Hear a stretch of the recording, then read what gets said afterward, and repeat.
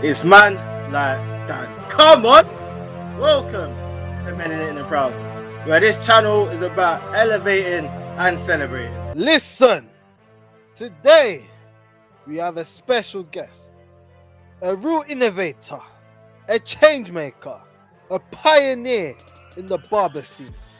He's the founder of Slidercuts. Every man wants Slider to cut their hair.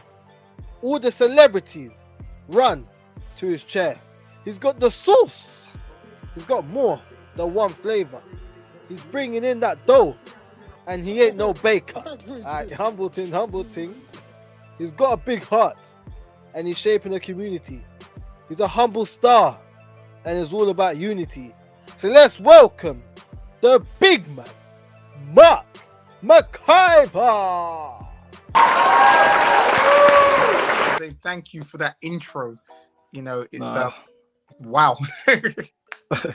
That's who you are, innit? Like, you're authentic, but most of all, I can see that you're bigger than just a barber, innit? There's more to you than that. I know everyone talks about, yes, you're a celebrity barber, blah blah blah, but you're the star, innit? Forget the people that come to you. You're the star in itself, innit? So you're obviously the founder of Slidercuts, motivational speaker, mentor, author. Come on, you're doing everything, innit? So it's nice to see that you're really trying to make impact wherever you go. The thing which I've never really been afraid of is failing.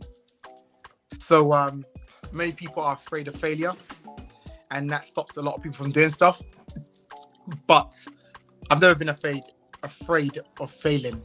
Failing is kind of like, it's just part of life. So if I go to do something and it doesn't work, then it doesn't work. But, you know, I see failure as not trying and not particularly not achieving the thing. Because, you know, if I try and, I don't know, race Usain Bolt, you know, and I do everything I'm supposed to do, you know, I eat right, I train hard, and he beats me, you know, yes, I lost the race, but I feel like I achieved something, you know, put myself in that position to race him, you know, and I did everything I was supposed to do, you know, to put myself in the best position to win, and I didn't win. And it's like, well, there's nothing more I could have done to win that race. So I don't really see myself as a failure, but I would regret not doing everything I was supposed to do and not trying. And that's where I'd see failure. That's where I'd really see failing at, you know, not trying. Yeah, no, what you're saying is something that really resonates with me as well. And so it's the fact that you're testing out things for yourself rather than you being your own up in a way. So like, you're literally blocking yourself if you're not giving yourself a chance to go for something. So do you feel like the reason why people don't go for it is not because of anyone else? It's literally just themselves, isn't it? Like, it's their own excuses. Yeah, you know, there are many wars, you could say, in this life, you know, and one of the biggest wars in a lot of people's lives is the war that they put up, you know, saying, you know, the excuses. So, you know, in my book, I talk about, you know, where, you know, there's people, I think in mindset, in the chapter mindset of my book, I talk about, you know, two different types of people. You know, one person comes to an obstacle, a wall, and gives themselves every excuse as to why they can't go past that. They look at every reason as to what's stopping them. So they say, you know, the wall is big, you know, it's wide, it's too high to climb, it's too wide to walk around, it's too strong to knock down, you know, and they just start listing out all of the things as to the reason as to why they can't get through. And then you get another person who gets to that same wall, same build as you, everything exactly the same as you, but the difference between them and you is their mindset. So instead of them telling and finding every reason as to why they can't get past this wall, they start looking for channels to get through, you know, ways to make it work, you know. So it's like, okay, this wall is really strong, so if I was to knock this wall down, I'd need a hammer that's this hard, you know. Wall is too high to climb, so is there a way for me to get an aid, you know, is there a ladder? And they start looking for the resources to get through and get past this wall. And these are the two mindsets which I generally come across, where it's like, you know, and I'm always asking people, which one are you?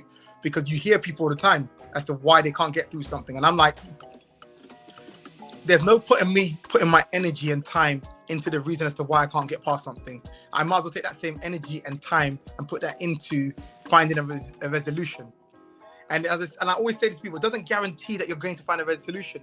But what is the point of spending time thinking about the fact of how big the wall is, how wide the wall is, how hard it is, just and giving yourself the reasons as to why you can't make it?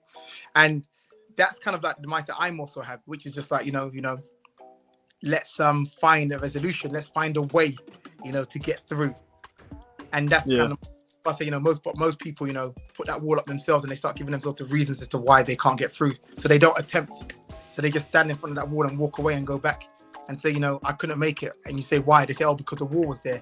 And you ask them, well, what did you do about it? It's like, nah, there's nothing I could do. But it's like, what did you try? And they're like, nah, but the wall's too big. And they start listing out all of those things there. Like, the wall is you. Yeah. Like, you're the wall. It's true. Because, I read something as well, which was saying that, let's say if you think about the most successful people and the least successful people, the difference is that the least successful people have the most excuses, whereas the ones that are most successful, they think of solutions. So literally what you're saying was true as well, because it was saying that when you try to do something, if you say a goal for yourself that, okay, I'm going to try and climb the wall, you will think of ways to climb over that wall. Like your brain will automatically create some sort of solutions for yourself. Whereas if you flip it the other way and you tell yourself that it's too big, your brain's also going to provide you with reasons as to why you can't do it. And so I feel like that's how we are like. So we either choose to identify with one way of thinking rather than the other. And so that being said, clearly your mindset was pretty positive from the very beginning. And so I know your past, so like in terms of your mom having you guys when she was I think you guys were in poverty at a point, wasn't it? Yeah. So when I was probably about 3, so we weren't born in poverty. My mom and dad were both there when I was born. My mom owned a shop in Neasden, and yes, we lived above the shop, in the house above the shop. I guess we were renting it, leasing it, whatever it was. And then my mom's stock house, where, all the supplies, the drinks, the food, the crisps, the whatever she was selling, basically got robbed. They took it. And, that was all her supplies, and that was all her money was in those supplies, to make money. You buy some stock, you sell some stuff, you buy more stock, So long and short of it, she eventually had to give up the shop because she couldn't afford to pay the rent or anything like that. We couldn't even afford to pay the rent for the house we were living in either. So we got kicked out as well, or asked to leave. And then we were, I guess, on the street for a little bit. Then she got into, and when I mean a little bit, let me not drag it on. A little bit might have been, I don't know, a night, couple nights, few nights, week, something like that. And we got into a shelter. And might have been after a couple of days, might have been after a day, I can't remember. But we were on the street for a little bit, but just very short period of time. And we got into a shelter, because a woman, 4 children, young children, I was 4, my younger brother was 3, my older ones were like 9. And so, we got into a shelter. Then they kept on moving us from accommodation to accommodation. So no money, just being moved about, on the housing list, just trying to get a stable place in life. And when I turned 10, so we were poor that whole time, no money, When we turned 10 is when we finally got our final kind of like living space. So, I guess from 4 to 6, we were just like, I moved between, 5 different primary schools, just because we'd be in one place for like, a couple months, few months, and then suddenly we have to move again because they just keep trying to find you somewhere. So they just keep moving you around. So so we were poor, but my mom was always kind of like trying stuff. She used to make chin chin, plantain chips, then we were selling them to shops, the local, not local, but kind of like just shops that would sell those type of things there. My mom would cook it. We would have to bag it. We'd have to weigh it. We'd have to put the labels onto the bags. We'd have to seal the bag. Then we'd have to go deliver them to the shops, wherever they were, like, just delivering to the shops, and just little things like that. So that's kind of like the background I'm coming from. Mm. And so would you say that had impact on your sort of work ethic now, but also your vision, so like thinking big? Yeah, definitely. I think subconsciously seeing my mom just always working, always grinding, always trying something, I think that definitely played a part in the way that I work. You know, my ethic, my work ethic definitely would have come from that. Because she was a grinder. She was just always working. She was always trying something. Yeah. You know, always trying to make something happen. You know, so I think, you know, and she had strong belief as well, my mom. So I probably get that kind of like strong belief maybe from my mom. She's, you know, you could say hard-headed. you know, she's really kind of like strong belief in the things she's doing, you know, and making it happen. So I think seeing all of that probably impacted me. What would you say was the biggest challenge on the way to reaching where you are now? The biggest, I'm sure there's a few, but yeah, your biggest, like what you feel like could have been your biggest. I'm not gonna say it's my biggest because I haven't thought about this, but some of the big challenges, I would say money. you know, not having the money.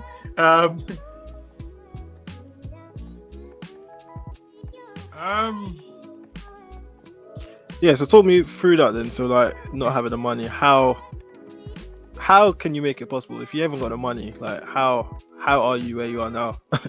Like, well, I'm fortunate, and I say this because I will say this. You know, there's a lot of grind you have to put in, but also, you know, fortune, you know, plays, you know, a big part as well in it. You know, I got, you know, this. So how I got there was, you know, actually, how I actually got to where I'm at right now. Let's say, forget the online stuff, all that stuff there. Let's just say the shop. Yeah. This came from actually good credit, having good credit with people, being so honest and honorable. Because when I opened up this shop, I didn't have the money to open up the shop. So I borrowed a lot of money, and I borrowed a lot of money, you know, from my credit cards to people, to about 13 different people I borrowed money off, to payday loans, to just different loans, right? So if we take like the payday loans and things like that, let's talk about the 13 people that borrowed me money. And when I'm talking about money that was borrowed, I'm not talking about little money. I'm talking about, I'll put real figures out there. I'm talking about one person, 70 grand, another person, 60,000 pounds, another person, 10,000, another person, 11,000, another person, 25,000, another person, 15,000, another person, 20,000, another person, 5, ended up actually giving me about 22,000. I'm trying to think of all the people that borrowed me money. And these are all people, you know, just, you know, that, you know, there's other money as well. But the reason why they lent me this money was, one, because they trusted me, which comes from your character, and, you know, that they believe it back. That comes from your, almost like, I call it almost like your social, you know, your social credit, you know, among your peers. You know, one of the guys who borrowed me money he didn't even have the money. He borrowed the money off someone to give to me. Oh, wow. Trusted that, you know, when I said I was going to get it back to him, I was going to get it back. I also paid interest on majority of these things as well. You know, majority of these loans I paid interest on. So it was kind of like, you know, I just had to deal with most people. I said, you know, you give me whatever you give me, I'll give you 10% back. And it was short term. No, it wasn't short term. Some of them, like one of them, to be fair, I only cleared a few days ago.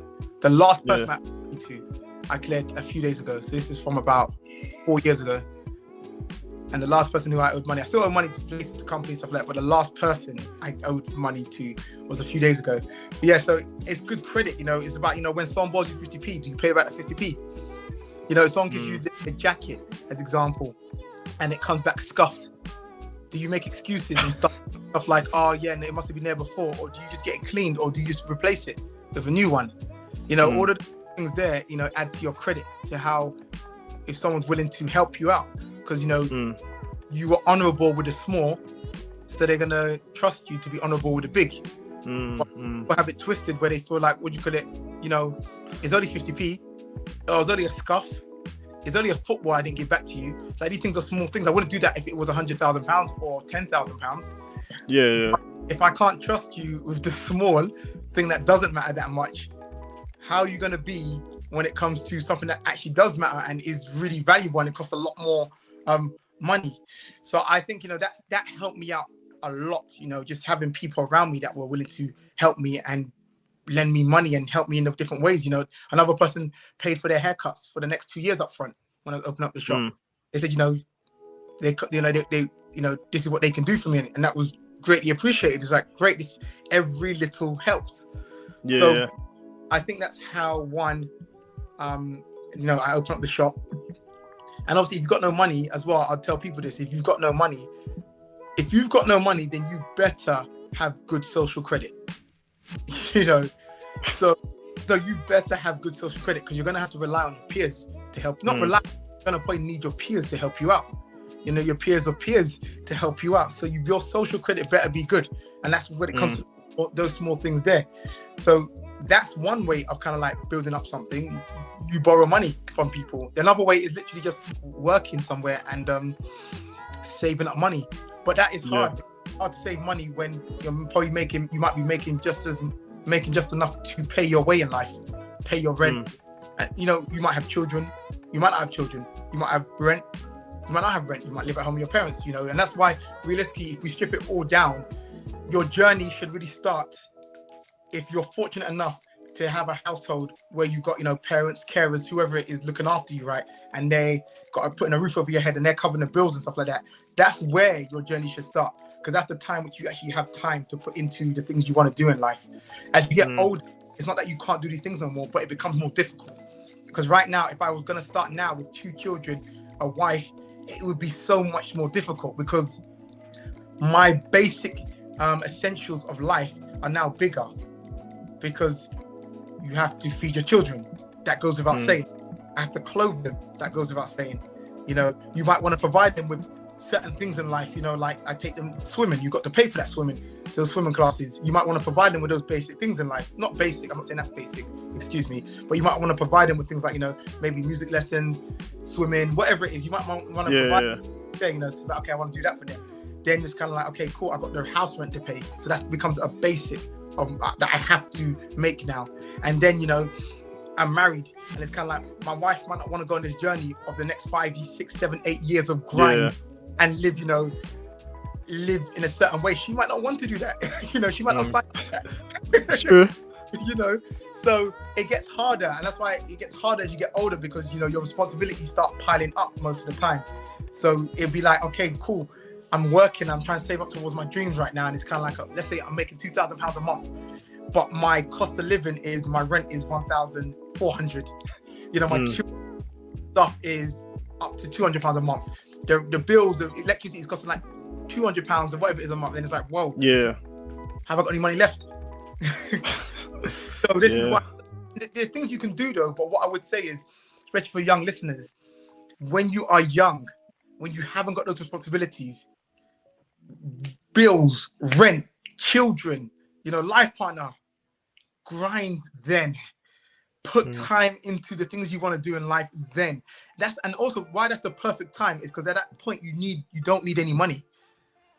If you're in that situation, you don't need any money. If you make no money this month, you still got a roof over your head. And this is also what helped me. I should have actually said this in the beginning. One of the biggest things that helped me is I did not move out of my house till I got married. I didn't move out of my mom's house till I got married. I'm 37 now. When I was 26. I moved straight from my house to the flat that I bought. And I paid basic bills in my mom's house, but when I'm talking about basic, I mean, it was so small. Like it was, when I moved into my flat, I said, whoa. I remember moving in, and it was like the next month, it was like suddenly my bills have all gone up by £1,000. I was just like, I didn't even know I had £1,000 to spare. Yeah. But now my bills have gone up. So yeah, why, if you've got like in a situation, because not everyone's in a situation, but if you're in a situation where you've got, your parents, your guardian, whoever it is, friends, whoever it is, right, and you're living under their roof and they're taking care of the main things, that's the point to invest into your future. And that's the point to think about money. That's the point into investing into a craft. So with me, you could say that was barbering. when I started barbering, I was 18. When I started professionally barbering, I was 18, and I was at my mom's house. You know, when I was being at the barbershop all day and making no money, like didn't cut one person, it's cool. Nothing was. There was no ripple effect. All it meant was I couldn't get the snacks that I wanted. Oh, you know, I couldn't get KFC. You know, so I'm talking about that age then. It's just like, okay, yeah, cool. So that's where I can say that's what really helped me, that I was invested into a career and a career path during that period when I had no responsibilities of children, no girlfriend, no, you know, no household bills like that I had to control. And I did that for years. And you know, when everybody was just talking about in the young 20s, you know, talking about they want to move out and get their own space, I just remember being like, you know what, I'm comfortable at my mom's house, to be honest. My mom doesn't give me no stress. She lets me come and go as I please. She doesn't, you know, bother me like that. So bills. And then it allowed me, that played a big part, because if I would have moved out, it would have been a lot harder to do what I was doing, you know, and get into what I was getting, because I'd have had a lot more to carry. Yeah, no, you're right. Huh. You moved out? No, not yet. I'm trying to be like you. Oh, trust me. I definitely, listen, don't get caught up. Like, people want to grow up, right? And people want to tease other people and be like, well, you're still at your mom's house? What? How old are you? Literally 26 now. 26, you know, what, you still at your mom's house? What? It's just like, listen, if you've got a plan, right? And that's the thing, if you've got a plan, then stick to that plan, you know, because you know what you're there for. Like, you might be paying £100, £200 a month, you know, £300, whatever it is a month, to live in your mom's house, right? Or your parents' house. You go live by yourself, that jumps up to 1,000, you know, 200, for example. So it's like, and also I think the good thing to think is, which I didn't think back then, was if you were to move out by yourself right now, you'd make it happen, right? And you'd find that extra £1,000 to make sure that you can pay your bills, rent. So you need to ask yourself, if you could make that happen, then you can find that £1,000 now to save, or to invest into the thing that you're pushing. Yeah, you're right. Yeah. Because if your mom calls you right now and says, "Yo, Dan, is that time? I want to get out." Yeah. You know, you're gonna find it.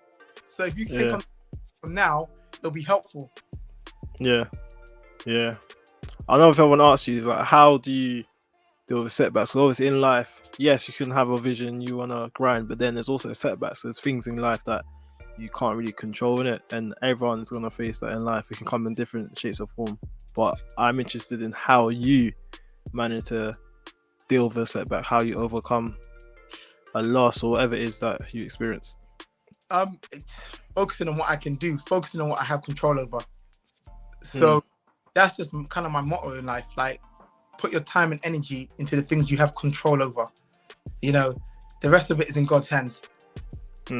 Although I think technically all of it's in God's hands, you know, technically I believe, but I mean in a very kind of practical way. Like the other day, if anyone watches my Insta stories, if you go to my, I put it on my highlights. It's called A Day in My Life. And that was the day that I was going to cut someone's hair in Scotland. This is like last week. I was going to cut someone's hair in Scotland, and I checked my bag in. It's got all my clippers in it. It's got all my stuff in there. And long and short of it, when I come out, my bag was never loaded onto the plane.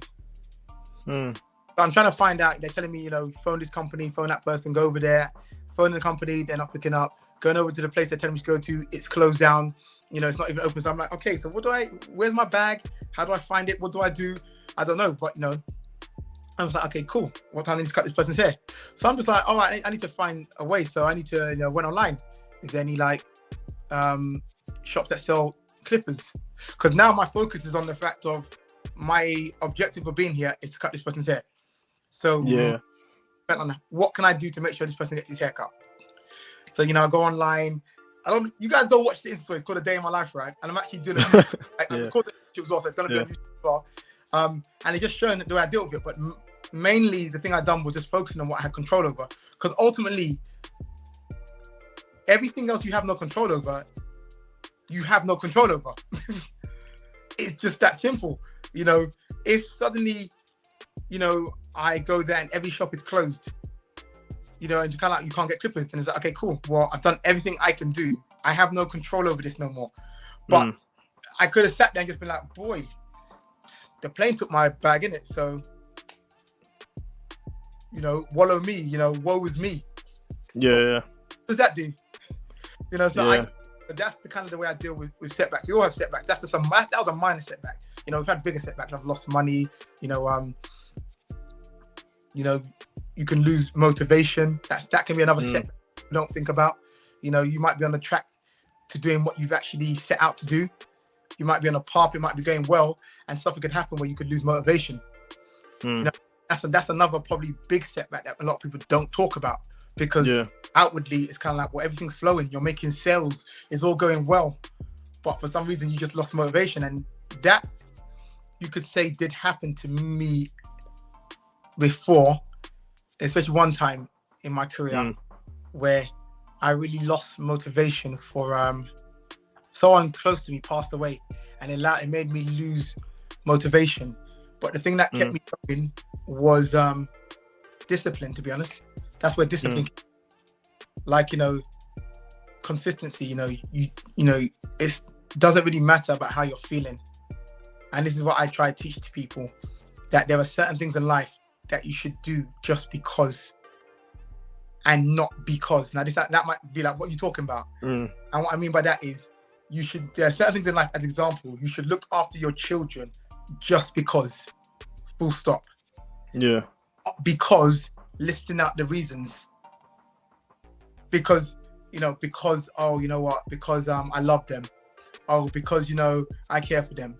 Because, and all these reasons that you could actually come to a point where I don't really love them right now. I don't really care for them right now. And so these things start getting struck off your list. And then suddenly you want your children no more. And I'm just kind of saying, you know, you should look after your children just because, you know, and obviously the reason that, you know, because they're your children. because they need your help, obviously. But I mean, just because. And that's the discipline, that whether you feel like doing this thing or not, you still do it. You know, so I post every day on Instagram, right?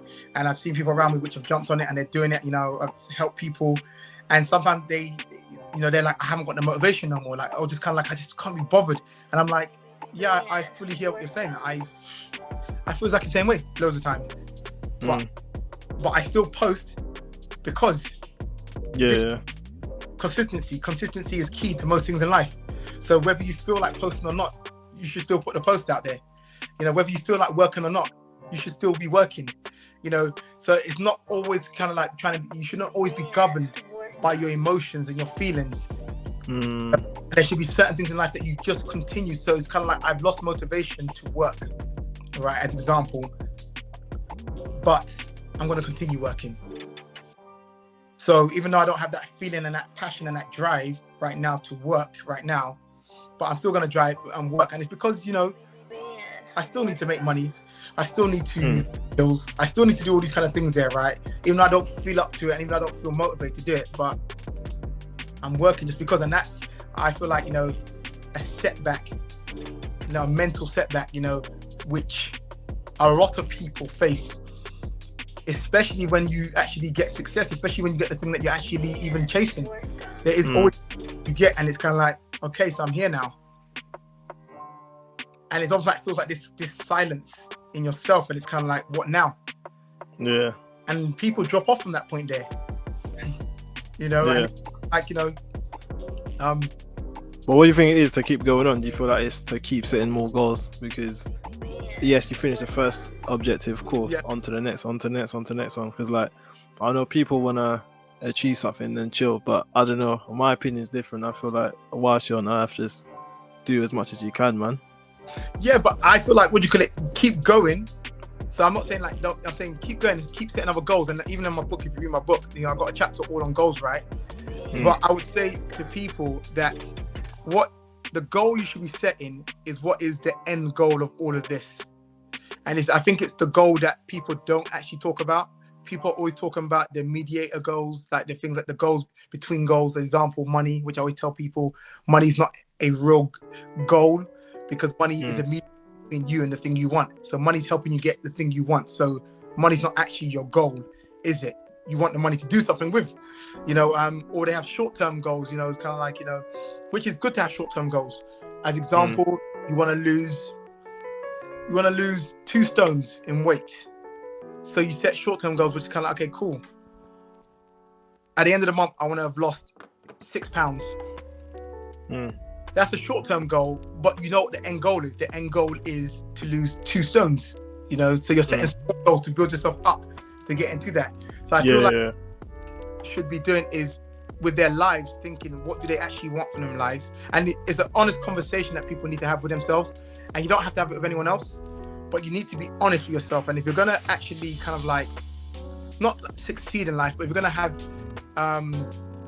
almost good success to some degree, right, in whatever you're trying to do, one of the biggest things you're gonna need to do is be honest with yourself, because a lot of us are not honest with ourselves.